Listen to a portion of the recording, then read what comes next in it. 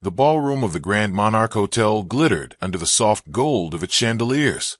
Crisp white tablecloths draped over round tables, each adorned with towering arrangements of white roses and golden lilies.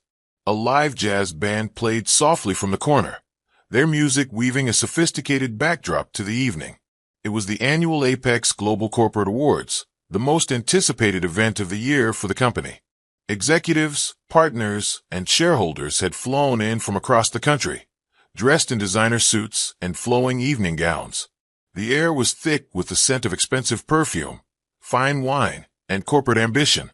Talia Adeyemi sat at table 6, her back straight, hands resting lightly on the tablecloth. She wore a floor-length emerald green gown, modest but undeniably elegant, with her natural 4C hair styled into a sleek bun that showed off her high cheekbones. She had been at Apex Global for 6 years, working her way up from a junior analyst to a senior strategist. Tonight was supposed to be her crowning moment.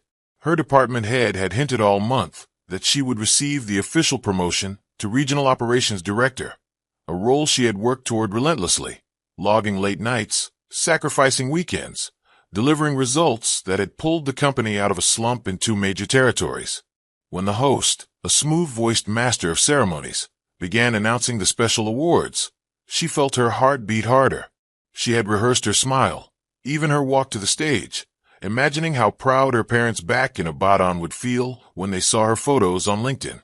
Marcus Daniels, the Senior Vice President of Operations, tall, silver-haired, and perpetually smug, was already on stage, holding a stack of gold-embossed envelopes. He was the one handing out promotions and special recognitions tonight. Marcus had never been Talia's biggest supporter. He was the type who preferred people who flattered him, and Talia, though respectful, had never been the type to stroke egos. She brought results, not empty compliments. But still, she believed merit would speak for itself. She tried not to think about his occasional dismissive comments in meetings or how he sometimes took credit for her ideas in front of the board.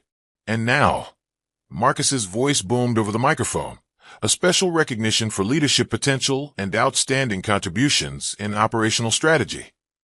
The spotlight swept over the audience, and Talia's tablemates turned toward her with knowing smiles. This promotion goes to... He opened the gold envelope with exaggerated slowness, looked up, and said, Talia Adeyemi. Her table erupted in applause. Talia smiled, rose to her feet, and smoothed her gown. Every step toward the stage was a mixture of pride and relief. She extended her hand toward Marcus as he held the crisp, white envelope containing her official promotion letter. And then, everything shifted. Marcus did not hand her the letter.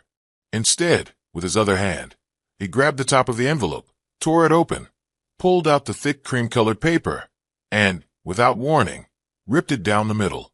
The sound of paper tearing sliced through the applause, like a knife through silk. He didn't stop there. He ripped it again and again until the once pristine letter was nothing but jagged scraps between his fingers.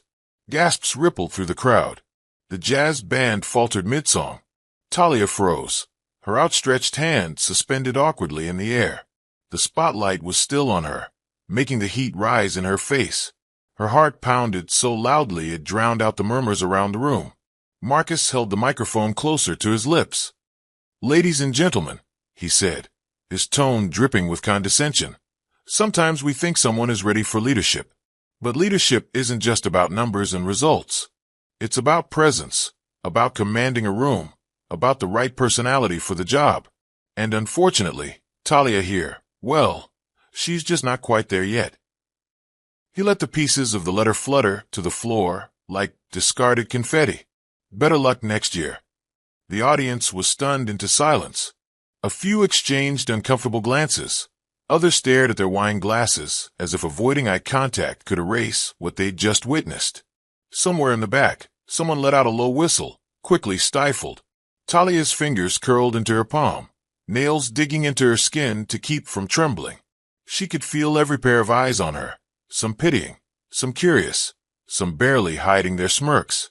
She swallowed hard, forcing her expression into a mask of calm. "Thank you for your feedback, Marcus," she said evenly, her voice carrying just enough to be heard without the microphone. There was not a quiver in it. She bent down, gathered the torn pieces of her promotion letter from the stage floor, and tucked them into her clutch. Marcus arched an eyebrow as if amused by her composure.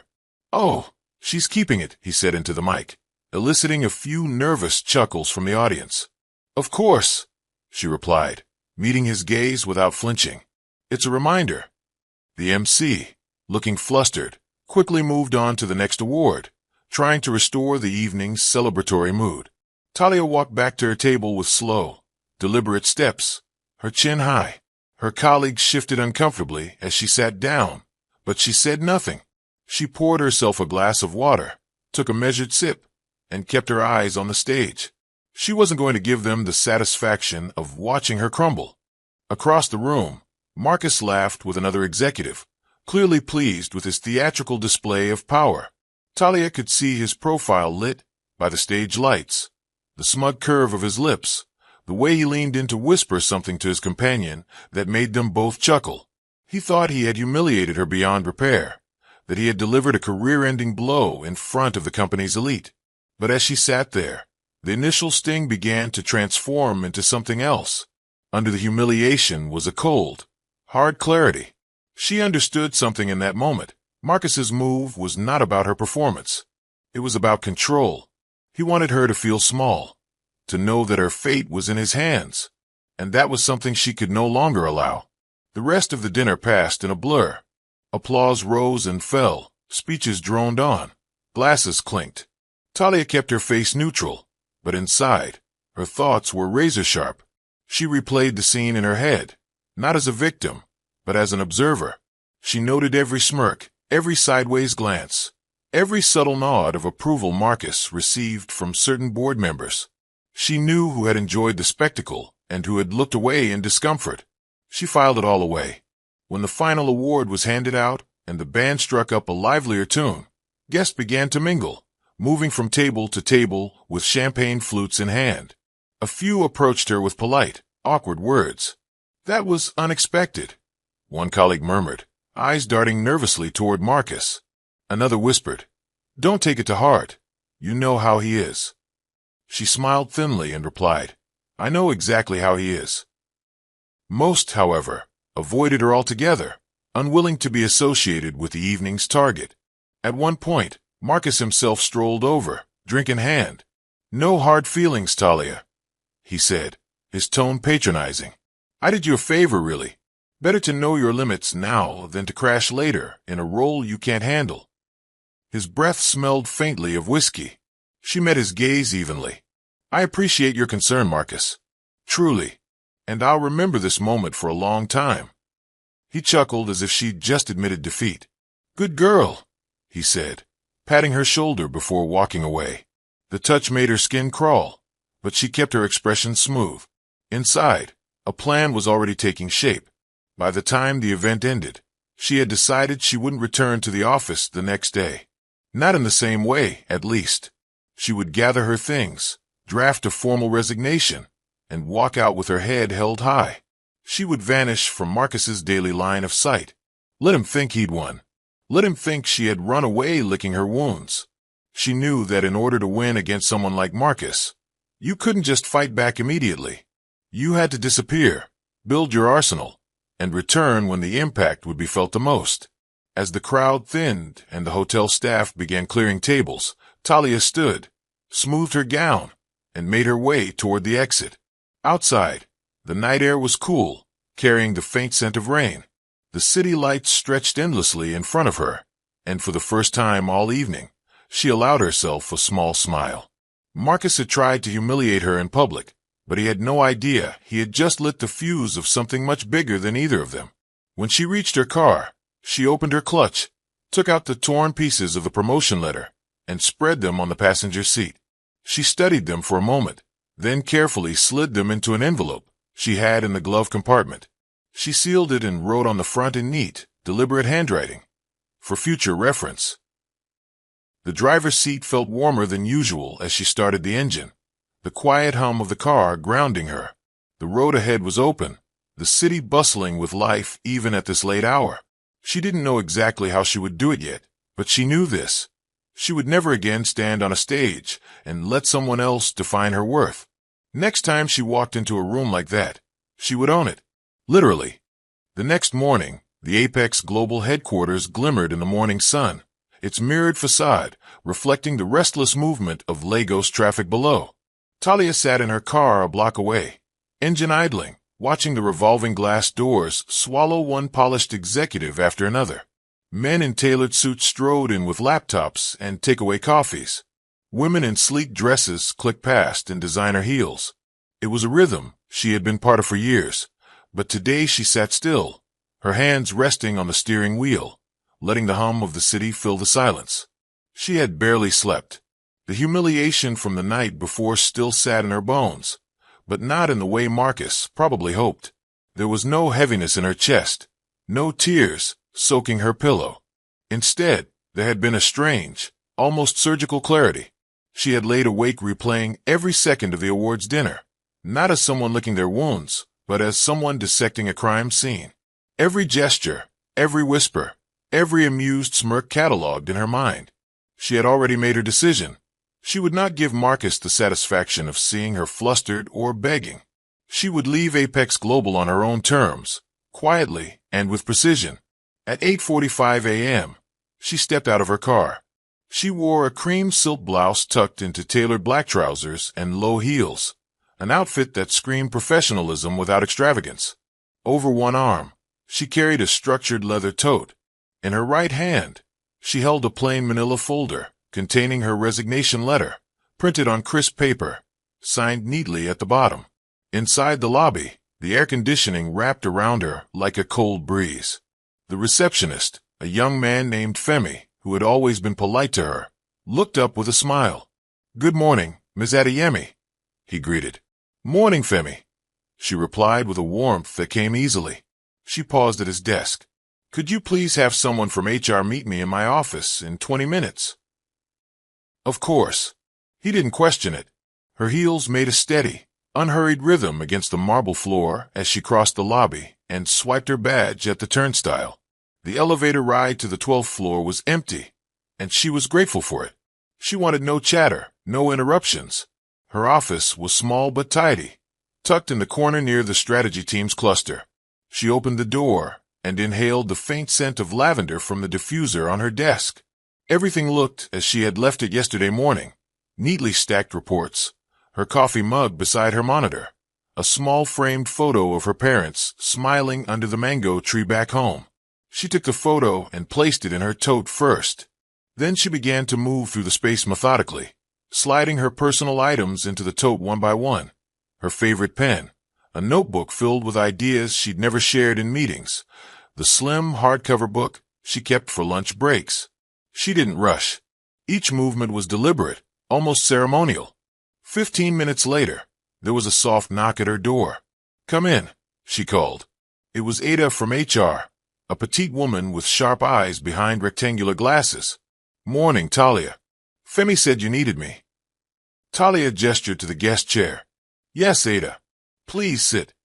Ada sat, folding her hands in her lap. "What's going on?"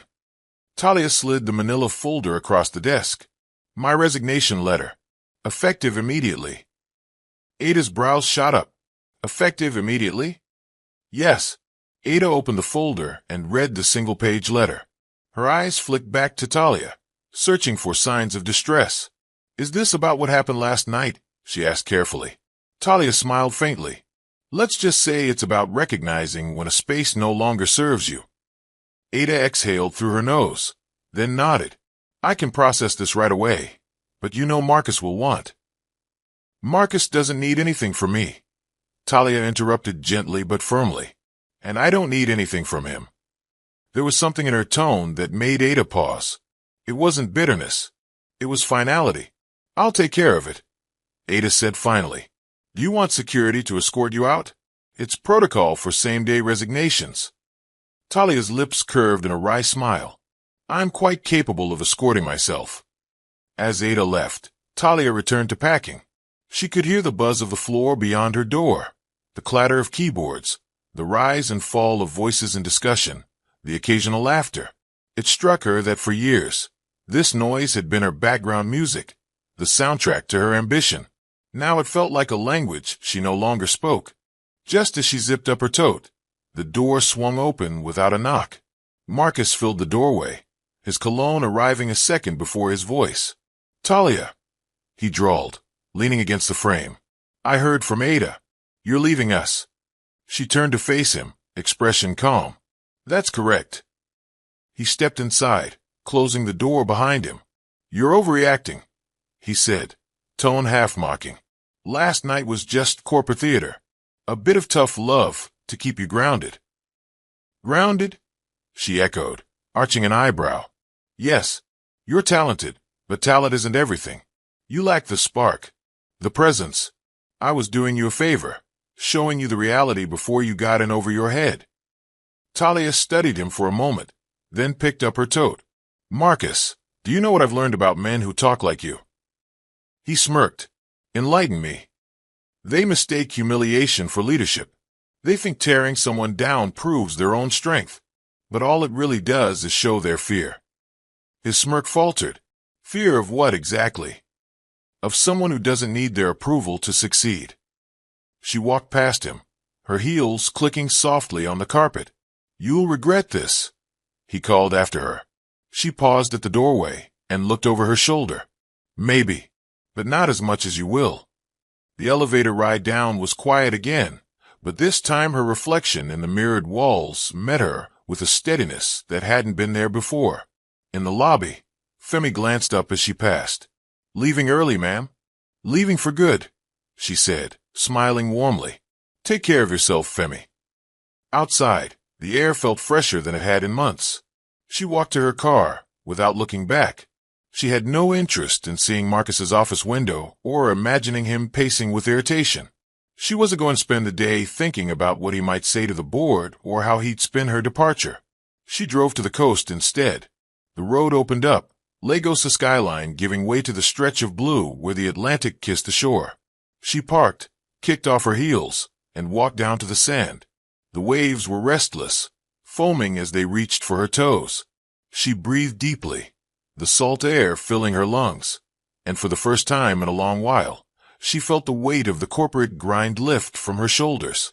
Pulling her phone from her bag, she opened her contacts and scrolled until she found a number she had saved months ago but never called. A venture capitalist she'd met briefly at a conference in Abuja. He had once said, "If you ever think about doing something outside Apex, call me.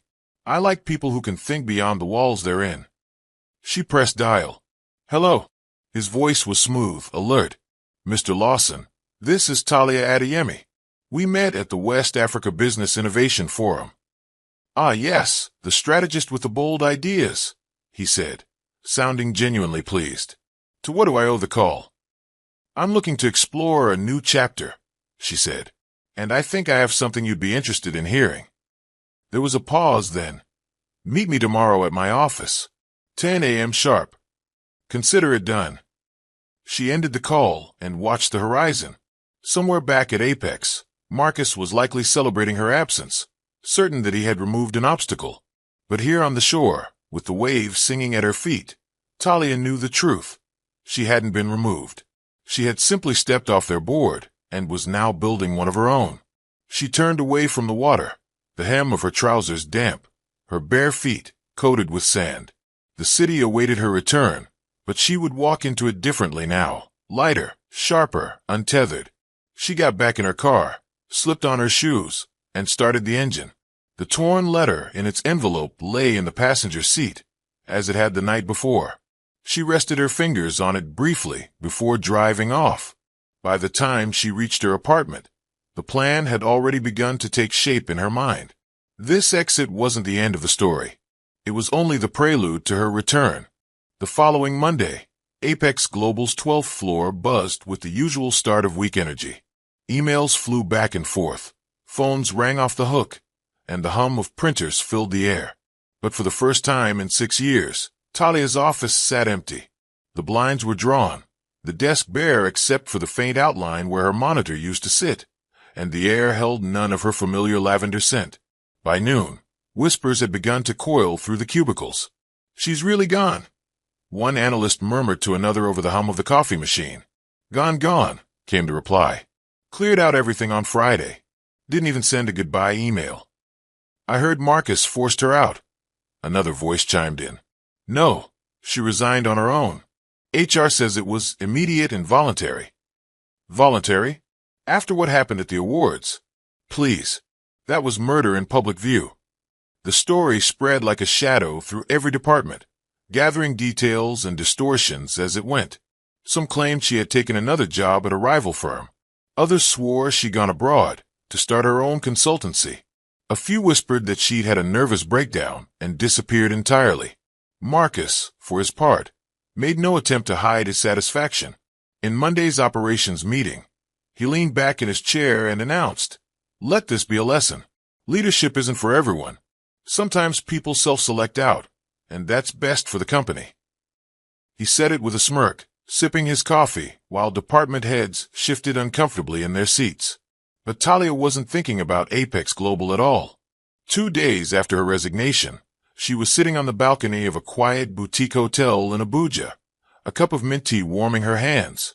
The city stretched out before her in hazy gold, its traffic a slow-moving ribbon in the morning heat.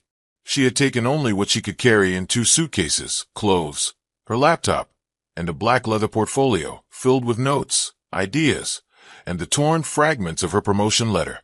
When she had met Mr. Lawson, the venture capitalist, the day after her call from the beach, he had listened intently as she outlined her ideas.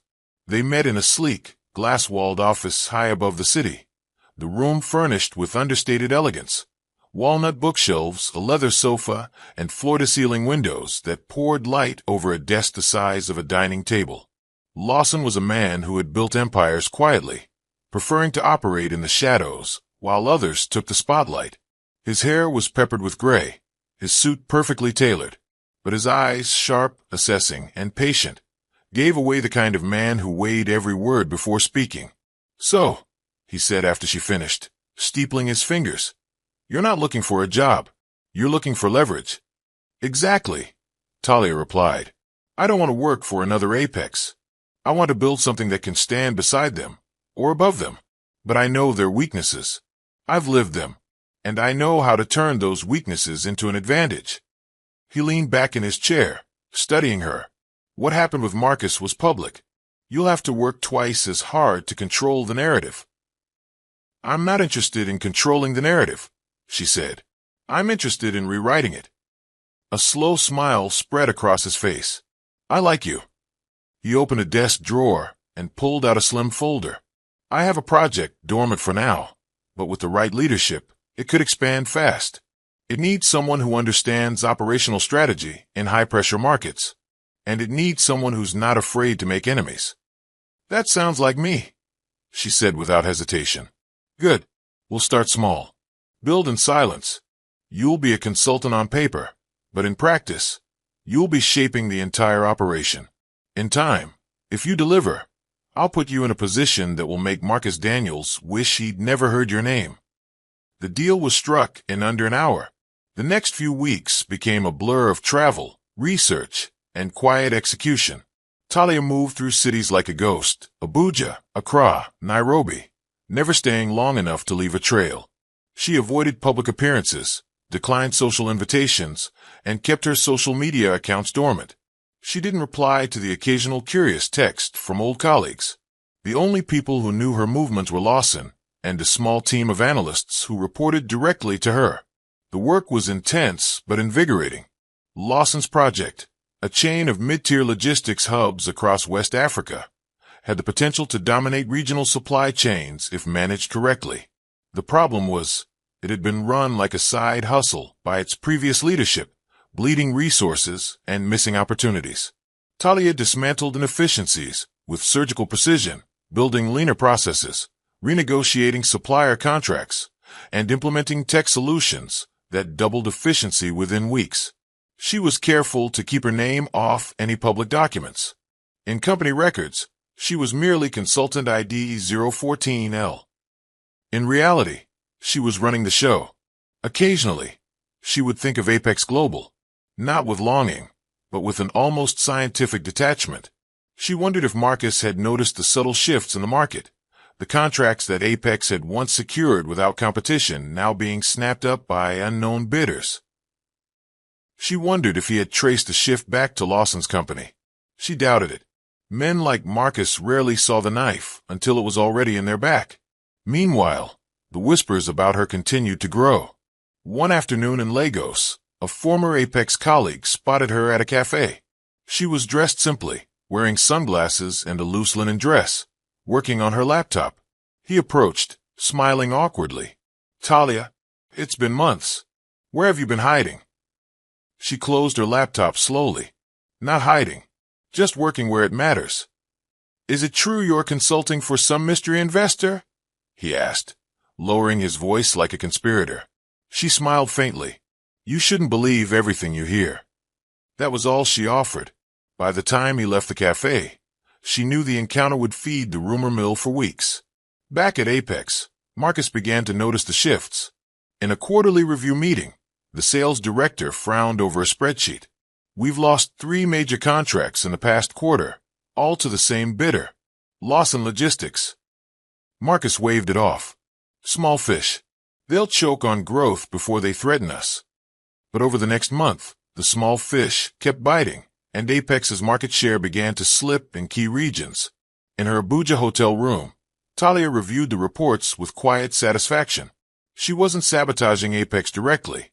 She was simply building something stronger in the same waters, knowing Apex's weaknesses better than anyone else.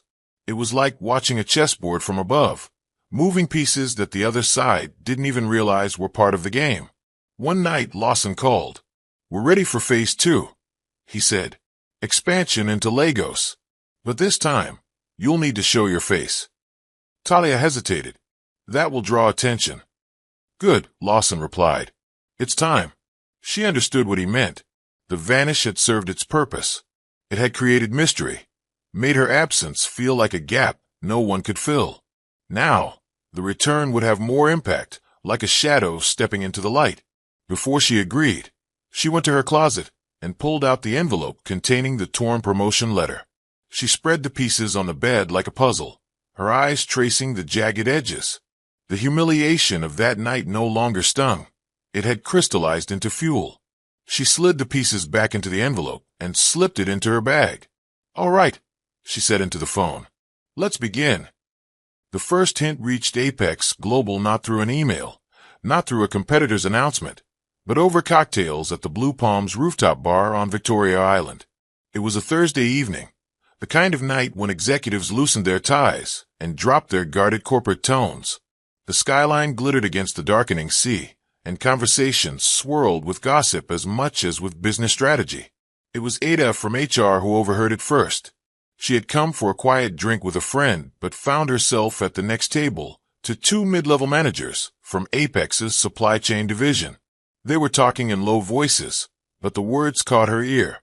"They say Lawson Logistics is moving into Lagos," one of them said. "Not just moving in.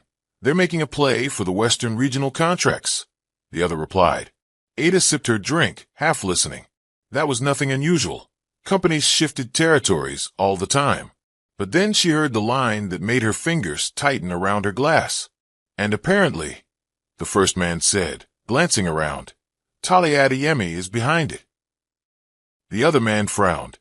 "Talia? From our operations team? The one Marcus?" "Sure."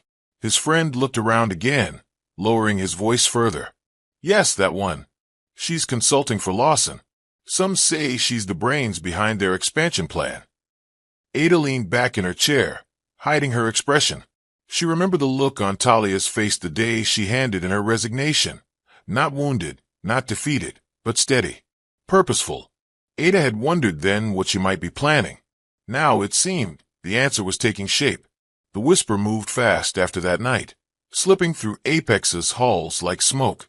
It was never said loudly, never written down, but it was there in the subtle pauses before Talia's name, the sideways glances exchanged in the break room, the way conversations quieted when Marcus walked by. Some dismissed it as a rumor. "She's probably doing admin work for them," one executive scoffed. But others, especially those who knew how strategic Talia had been, weren't so sure.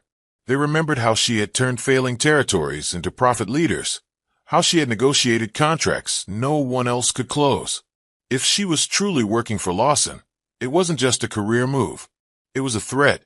Marcus heard the first murmur in the elevator, of all places. 2 junior analysts were behind him, their voices low but not low enough. Lawson Logistics. Talia. His jaw tightened. When the doors opened, he stepped out without a word, but by the time he reached his office, his assistant could see the irritation in his stride. "Cancel my 2 o'clock," he said curtly, closing his door. Marcus prided himself on controlling narratives. He had spent years cultivating the image of the unshakable senior VP, decisive, charismatic, untouchable. But the idea that Talia might be aligning with a rival, especially one starting to nibble at Apex's contracts, unsettled him more than he wanted to admit. He opened his laptop and began pulling market reports. The numbers confirmed what he had half ignored before. Lawson Logistics had secured 2 contracts in Accra, 1 in Abuja, and was now bidding aggressively in Lagos. Their proposals were sharp, undercutting Apex's rates without sacrificing quality. And the language in their strategy documents, at least the parts he could see, sounded uncomfortably familiar. It was the kind of language Talia used. By the end of the day, Marcus had his sales director in his office. "Tell me about Lawson Logistics," he demanded. "Small, but growing fast," the director replied. "Used to be scattered in focus, but in the last 6 months, they've tightened operations, improved efficiency, and are moving into markets they never touched before." "Who's behind it?" The director hesitated. "Officially, a guy named Lawson. But there's talk." Marcus leaned forward. "What kind of talk?" "That he's brought in someone new. A strategist. No one knows her name, but the way they've been moving." He let the sentence hang.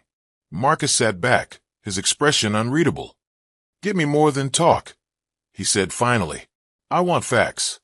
While Marcus was setting his people in motion, Talia was in a conference room on the 18th floor of a new office space in Akoi. The glass walls offered a sweeping view of the lagoon, but she barely glanced at it. Around the table sat Lawson and 4 department heads: logistics, procurement, technology, and legal. "We've locked in the warehouse space in Apapa," the logistics head reported. "Renovations will take 3 weeks, and the new tracking systems will be installed by the end of next month." "Good," Talia said, flipping through the contract documents. "Procurement, I want vendor negotiations finalized by next Friday.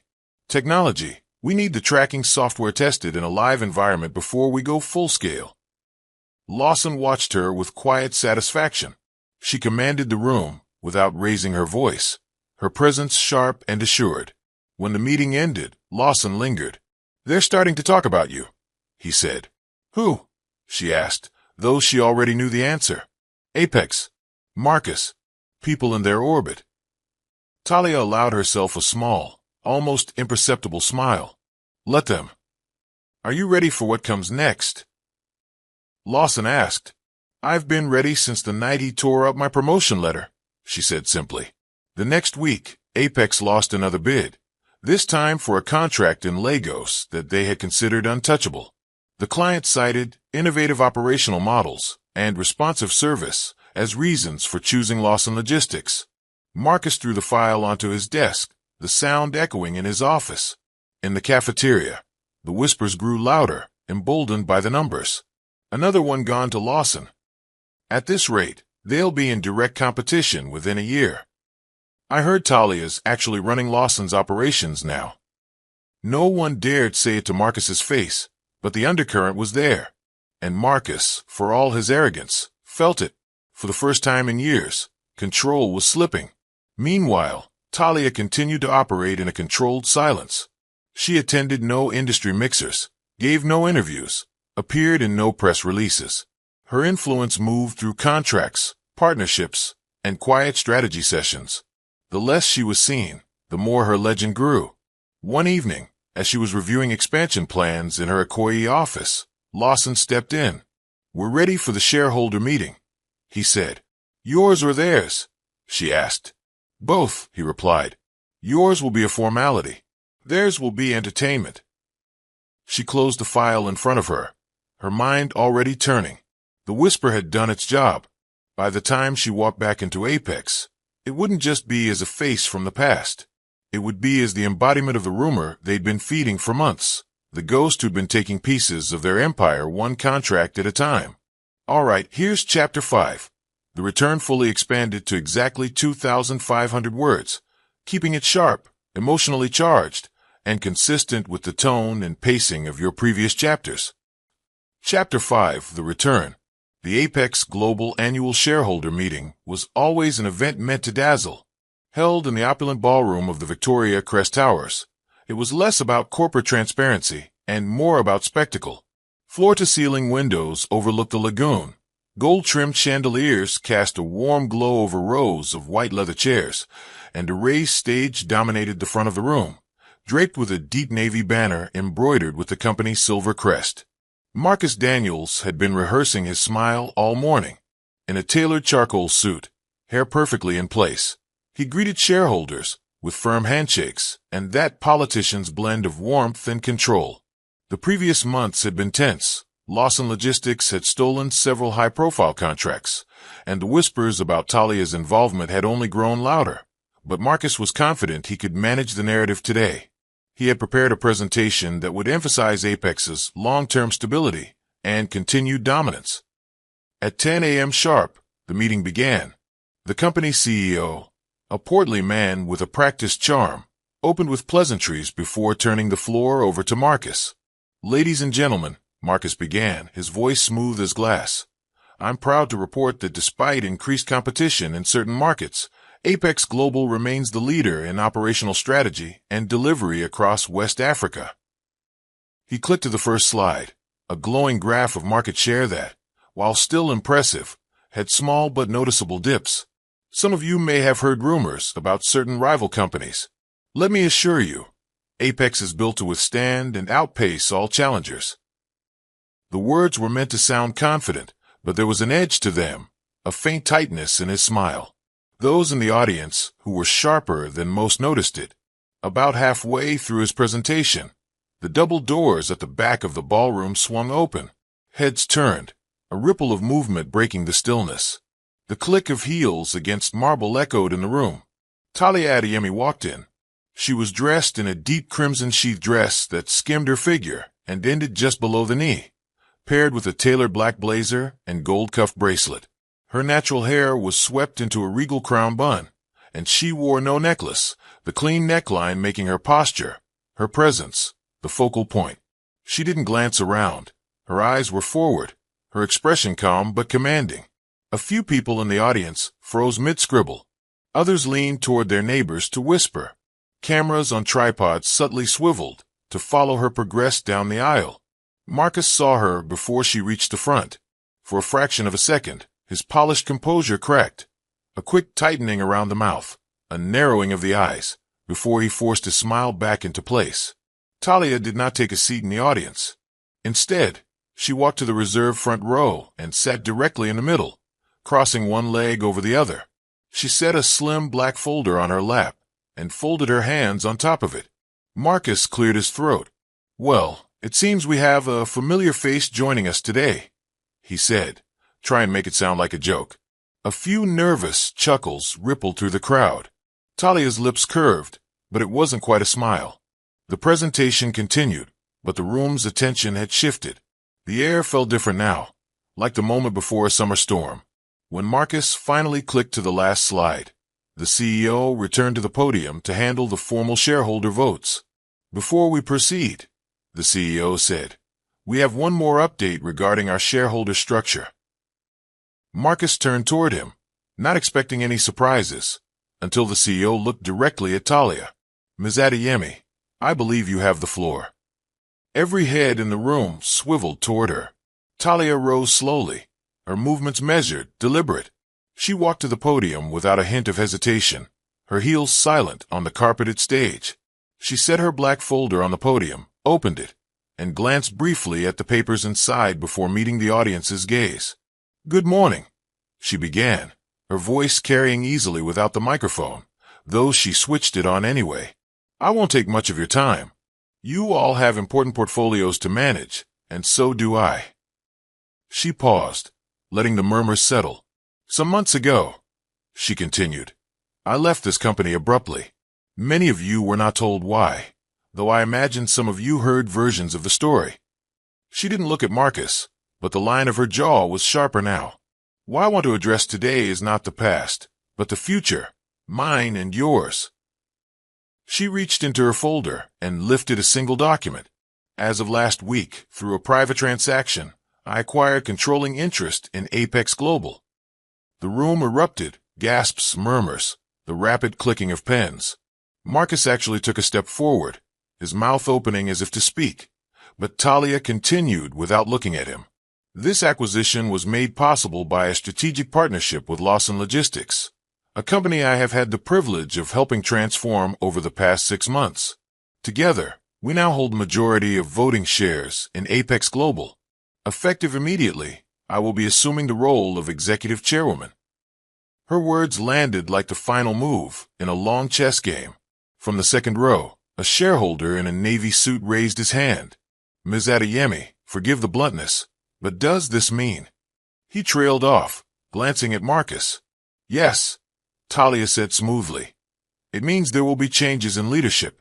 Positions will be evaluated for alignment with our new vision. Some will stay, some will not. The CEO shifted in his seat. Marcus's hands were clenched at his sides. Talia closed her folder. This company has potential, tremendous potential. But potential means nothing without the right people in the right positions. I intend to ensure both. She stepped back from the podium. Thank you. There was a moment of silence before the room broke into scattered applause, some genuine, some cautious. Talia descended the steps from the stage and returned to her seat. She could feel Marcus's gaze burning into her, but she didn't look his way. The rest of the meeting passed in a blur of procedural votes and agenda items. When it adjourned, the shareholders and executives clustered in groups, some already recalculating alliances. Marcus moved toward her, his steps quick. You think this is checkmate? He said in a low voice when he reached her. She turned to him, her expression serene. Marcus, you tore up my promotion letter in front of a room full of people because you thought it would end me. Today, I stood in front of a room full of people and told them I owned the company you tried to keep me out of. You tell me, what does that look like to you? His jaw tightened. You won't last. Her smile was faint but steady. Maybe, but I'll last long enough. With that, she picked up her folder and walked toward the exit, her posture as unshakable as when she'd entered. The cameras followed her again, flashes of light catching the gold in her bracelet, the curve of her calm smile. Outside, the air was warm and bright. Her driver opened the door of the black sedan waiting at the curb.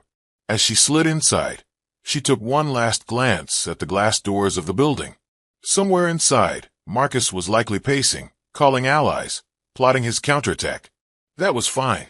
After all, the game wasn't over. It had only just shifted boards.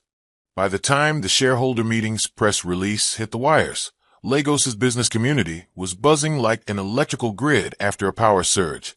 News alerts flashed across phones, emails pinged inboxes, and LinkedIn feeds filled with the same headline in different fonts. Former Apex exec returns as majority shareholder, becomes executive chairwoman.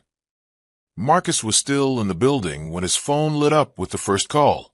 He didn't answer. He was too busy pacing his office, the glass walls doing nothing to hide the tight set of his shoulders from passing employees. The blinds were half closed, but enough people caught glimpses to know that whatever had just happened inside that meeting had left their usually unshakable senior VP rattled. Talia, meanwhile, was not in her office. She didn't even have one at Apex yet. She was across the lagoon, in the private lounge of the Marigold Hotel, seated opposite Lawson at a small mahogany table. He was sipping espresso, as unhurried as if the morning's events had been a casual errand. You saw the news cycle? He asked, glancing at her over the rim of his cup. It's everywhere, she said. Her phone sat on the table, buzzing every few seconds with messages from numbers she didn't recognize. Some people want congratulations. Others want explanations. Lawson's mouth curved. And Marcus? He wants blood, she said evenly. Good. That means he understands what's at stake. Lawson set his cup down. The next step is making sure the rest of the world does too. She leaned back slightly. Meaning it's time to tell them exactly who's been funding you. Until now, the public only knew that Talia had returned through a private transaction. No one had connected the dots between her and Lawson Logistics. The whispers were still just whispers, lacking confirmation. Talia studied him. You think revealing the partnership now is the right move? It's the perfect move, Lawson said. They already know you own Apex. Now you show them you didn't just stumble into it. You built the alliance that made it happen. You're not just a returning exec. You're the strategist who took a competitor from small time to boardroom level in under a year. She considered this. And Marcus? Lawson's eyes glinted. Marcus will realize that every lost contract, every slip in market share, every late-night call to patch leaks in his empire was orchestrated by you. That afternoon, Talia scheduled a press conference. She didn't choose Apex's headquarters for the venue. She chose the Lagos Business Innovation Hub, a glass-walled space symbolic of fresh leadership and disruption. By the time she arrived, camera crews were already setting up. Rows of chairs filled with journalists, industry analysts, and a few curious Apex shareholders. The moment she stepped onto the small stage, the room hushed. She wore a midnight blue wrap dress, simple gold earrings, and carried herself with the same calm precision as at the shareholder meeting. Good afternoon, she began. Many of you have asked for details about the transaction that brought me back to Apex Global. Today, I'll give you those details. She paused, letting the weight of her next words gather in the air. 6 months ago, I joined Lawson Logistics as a consultant. At the time, it was a modest operation with regional ambitions. Together, we restructured, innovated, and expanded into new markets, including those previously dominated by Apex. Our growth was not accidental. It was intentional, targeted, and executed with the same strategic discipline I brought to Apex for 6 years. The flashes from cameras intensified. Through this partnership, she continued, Lawson Logistics and I secured the resources to acquire controlling interest in Apex Global. Lawson remains a strategic partner, but make no mistake, Apex's direction, vision, and leadership are now firmly under my stewardship. A hand shot up from the press row.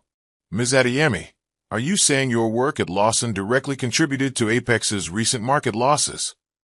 She didn't flinch. I'm saying that when you underestimate talent, you leave room for others to recognize it.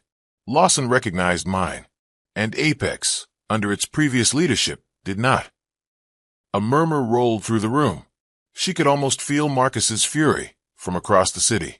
Another reporter asked, what changes should Apex employees expect? Talia's tone was measured but decisive. Transparency, accountability, opportunities based on merit, not politics, and a leadership culture that recognizes value instead of tearing it down for sport. By the time the press conference ended, social media was on fire. Clips of her saying recognizes value instead of tearing it down for sport were circulating on Twitter with captions like, and that's on revenge served cold. Back at Apex HQ, Marcus watched the live stream from his office. Each word was another needle under his skin. It wasn't just that she had taken the company. It was that she was rewriting the entire narrative, making herself the symbol of everything Apex claimed to be, but wasn't under his watch. His phone rang again. This time it was the CEO. Marcus, the voice on the other end said, we need to talk about your future here. The call ended 10 minutes later, leaving Marcus staring out at the city with a tight jaw. The walls of his office, once a vantage point, now felt like a cage. Across town, Talia and Lawson were in her new temporary office, a sleek corner suite in a koi with a view of the lagoon. A bouquet of congratulatory flowers from a former client sat on the desk. You know what this does, right? Lawson said. It doesn't just make you the head of Apex. It makes you the story everyone will be watching for the next year. I know, she said, glancing at the torn promotion letter in a glass frame on her desk. And I intend to give them something worth watching. That evening, as the sun dipped low and painted the skyline in gold and rose, Talia stood by the window, phone in hand. She had one more call to make. Not to a journalist, not to a partner, but to her parents. When her mother's voice came through, warm and curious, Talia smiled. "Mom," she said, "do you remember when you told me that if someone closes a door in your face, you build your own building?" Her mother chuckled. "Of course. I just bought the building." Marcus had been summoned to the 15th floor boardroom at exactly 9 a.m. The message had come from the CEO's office. No explanation, just the time and place. The wording was terse. Mandatory attendance. Agenda will be discussed in person. He arrived early, his steps heavy against the marble floor. The boardroom was a long rectangle of glass and steel, dominated by a polished mahogany table. The skyline stretched endlessly behind it, framed by floor-to-ceiling windows. Usually, Marcus enjoyed that view. Today, it felt like a silent jury. The other executives trickled in. Some nodded at him, others avoided his gaze. Their conversations were quiet, fragmented, filled with the tense energy of people who knew something significant was about to happen. At 9:05, the door opened. Talia walked in. She wore a tailored charcoal suit with a pale silk blouse, her hair pulled into a sleek bun. Minimal jewelry save for the gold cuff bracelet she seemed to favor. She didn't hurry. Every step was deliberate, her heels clicking softly against the floor. She carried a slim leather folder and a tablet, setting both neatly on the table before taking the seat at the head. "Good morning," she said, her voice calm but resonant.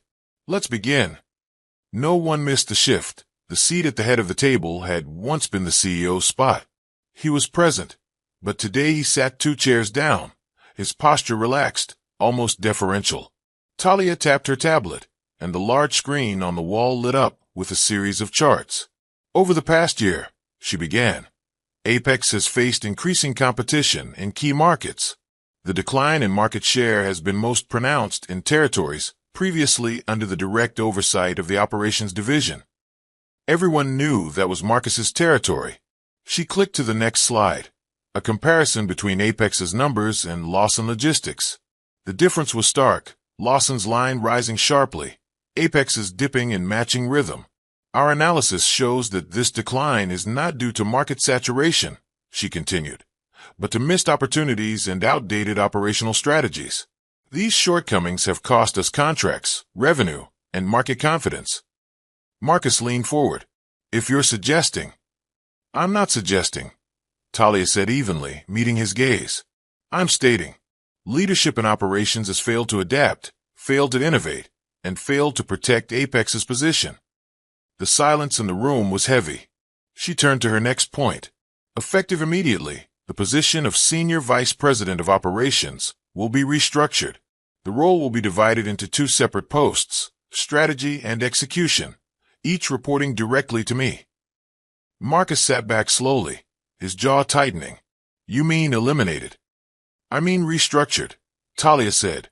"Your current contract does not align with the new structure. As such, your tenure as Senior VP ends today." The CEO cleared his throat, clearly uncomfortable. "Marcus, you'll receive a severance package in line with your years of service." Marcus looked between them, the CEO avoiding his eyes, Talia holding them without a flicker of hesitation. "You're doing this to humiliate me," he said finally. "No," Talia replied, her tone as calm as if they were discussing a quarterly budget. "I'm doing this because the company needs leadership that serves the company, not egos." His laugh was short and bitter. "You think you're any different?" "I know I am," she said. Marcus's gaze darted around the table, looking for allies. Some avoided his eyes, others looked down at their notes. The loyalty that had once seemed assured was evaporating in the face of the new power dynamic. He pushed his chair back. "This company will regret this." Talia didn't flinch. "Perhaps, but not as much as it regretted keeping you in charge of operations this long." Marcus stood, straightened his suit jacket, and gathered his folder. He looked down at her one last time. "You think you've won." "This isn't about winning," she said. "It's about leading. And that's something you never understood." He left without another word, the door closing behind him with a muted click. Talia took a slow breath, then turned back to the room. We'll fill the new positions within a month. In the meantime, interim oversight will come from me directly. I expect complete cooperation." Heads nodded. Pens moved. The meeting rolled on, but the shift in the air was undeniable. Later that day, in her new corner office, the one that had once belonged to Marcus, Talia stood at the window, looking down at the traffic below. She could see her reflection in the glass, composed, steady, unyielding. On her desk, in a place of quiet prominence, sat the framed remains of the promotion letter Marcus had torn up all those months ago. It no longer looked like a symbol of humiliation. It looked like a trophy. Marcus hadn't been seen in the building for 2 days. Word spread that he'd cleared out his office the same afternoon as the boardroom meeting, escorted by security per protocol. Still, there were those who believed he'd find a way back in. Marcus was the kind of man who clung to positions the way a drowning man clings to driftwood. Talia didn't care to speculate. She had too much to do. In the 72 hours since assuming full control, she had restructured the executive chain, replaced 2 underperforming regional managers, and announced a bold 6-month market reclamation strategy that sent Apex's stock climbing again. On the 3rd morning, she was in her office reviewing a contract when her assistant, Amaka, tapped on the glass door. "Marcus Daniels is here to see you." Talia didn't look up immediately. "Does he have an appointment?" "No." Amaka's tone carried a mix of tension and curiosity. Talia closed the file she was reading. "Send him in." Marcus entered with the slow, deliberate pace of a man who wanted to project control even as it slipped from his grasp. He was in a navy suit, the tie slightly loosened, his hair combed, but lacking its usual precision. There was something in his eyes, not quite defeat, but the recognition that the game had changed. "Talia," he said, stopping in front of her desk. "Marcus," she replied, her voice neutral. "Have a seat." He remained standing for a moment longer, as if debating whether to follow her invitation, then pulled out the chair opposite her and sat. For a moment, neither spoke. The hum of the city outside filled the space. "You've made quite a show of things," he said finally. "This isn't a show," she said. "It's a company to run." "You've already made me the villain," he said, his gaze sharp. "You don't have to pretend this is just business." "You made yourself the villain," Talia replied evenly. "The night you stood on that stage and tore up my promotion letter, you weren't protecting the company. You were protecting your ego." He leaned forward, resting his elbows on his knees. "You think I'm the first to do something like that? This is corporate politics, Talia. It's not personal." She held his gaze. "It was personal to me. You tried to reduce me to a moment of humiliation in front of the people whose respect I'd earned, and you thought I would live in that shadow. Instead, I built something in it." His jaw tightened. "You came back for revenge." "I came back for ownership," she corrected. "Revenge was just a bonus." Marcus smirked faintly, though it didn't reach his eyes. "You know, you could have come to me. We could have worked together. I could have made sure you had a future here," she cut in. "Under your conditions, on your timeline, in your shadow." She shook her head. "No, Marcus. I don't need a future handed to me. I make my own." He sat back, studying her. "You think this ends here? You think you've secured your position forever?" "Nothing lasts forever," she said. "But the changes I'm putting in place will outlast your name in this company." The words hit him harder than she expected. He glanced toward the window, exhaling slowly. After a long pause, he said, "You're good. I'll give you that. Better than I expected." "Better than you allowed yourself to see," she said. His gaze returned to her. "So what now? You keep running the company, and I fade into obscurity." "You'll do whatever you choose to do," she said. "But if you're looking for advice, learn from this. Don't underestimate people because they don't fit your definition of power." A flicker of something passed through his eyes, maybe acknowledgement, maybe resentment. He rose from his chair. "I suppose this is the part where you have the last word." Talia stood as well, walking around the desk to meet him. She held something in her hand, a frame, slim and gold. She extended it toward him. He looked down. Inside the frame was the promotion letter he had once torn into pieces, now meticulously reassembled and pressed flat. The jagged lines where the paper had been ripped were still visible, like scars that had healed without disappearing. "You kept it," he said quietly. "As a reminder," she said, "that moments don't define you, choices do." He took the frame, staring at it for a long moment. Then he looked back at her. "You really want me to remember this?" "I want you to remember that I did," she said. They stood there for a beat, the weight of their history suspended between them. Finally, Marcus gave a short nod, not quite an admission of defeat, but a recognition of the reality in front of him. He turned toward the door. Just before stepping out, he looked over his shoulder. "Good luck, Talia." She met his gaze. "I don't need luck. I have the company." The door closed behind him with a soft click. Talia returned to her desk, the skyline stretching wide beyond the glass. For the first time in months, she felt the chapter fully close. Not because Marcus had left the building, but because she no longer carried the weight of proving herself to him. She wasn't standing on that stage anymore. She was at the head of the table, and everyone knew it. I hope you enjoyed this story. Please like, comment, and share. Also turn on the bell to get more of our videos. See you in the next story.